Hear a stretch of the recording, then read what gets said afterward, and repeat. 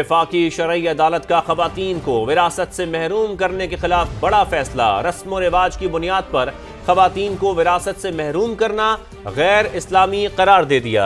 इसी बारे में मजीद बात भी करेंगे। शरीयत कोर्ट ने खवातीन को विरासत से महरूम करने वालों के खिलाफ फौजदारी कार्रवाई की हिदायत कर दी। मजीद बात होगी। समा के नुमाइंदे सुहेल रशीद हमारे साथ हैं। सुहेल रशीद, बताइए शरीयत कोर्ट ने क्या क्या कहा?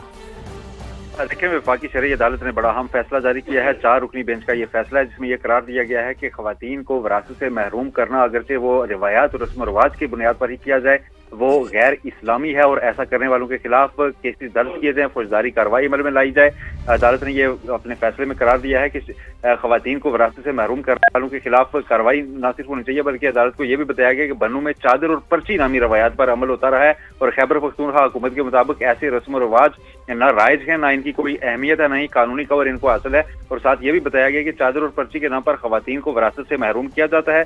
इस्लाम से कबल जमाना है जहालत में खवातीन को विरासत से महरूम रखा जाता था। अब इसकी कोई गुंजाइश नहीं है। जस्टिस इकबाल हमीदुर रहमान की सरबराही में 4 रुकनी बेंच ने बुनियादी तौर पर यह समाअत की थी।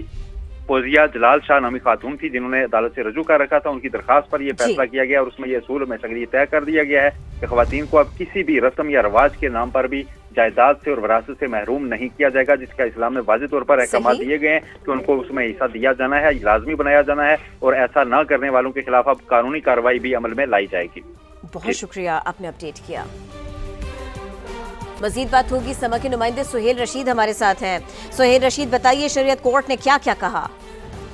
देखिए, वफाकी शरई अदालत ने बड़ा अहम फैसला जारी किया है। 4 रुकनी बेंच का ये फैसला है जिसमें यह करार दिया गया है कि खवातीन को विरासत से महरूम करना अगरचे वो रिवायात और रस्म रिवाज की बुनियाद पर ही किया जाए, वो गैर इस्लामी है और ऐसा करने वालों के खिलाफ केसेस दर्ज किए जाए, फौजदारी कार्रवाई अमल में लाई जाए।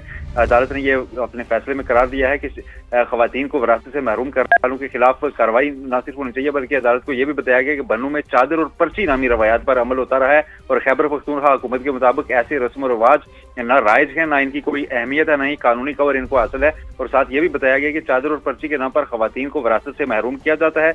इस्लाम से कबल जमाना है जहालत में खवातीन को विरासत से महरूम रखा जाता था। अब इसकी कोई गुंजाइश नहीं है। जस्टिस इकबाल हमीदुर रहमान की सरबराही में 4 रुकनी बेंच ने बुनियादी तौर पर यह समाअत की थी।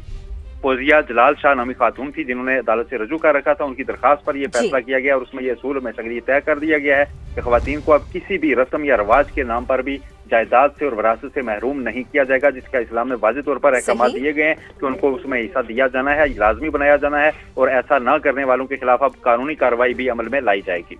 बहुत शुक्रिया, आपने अपडेट किया।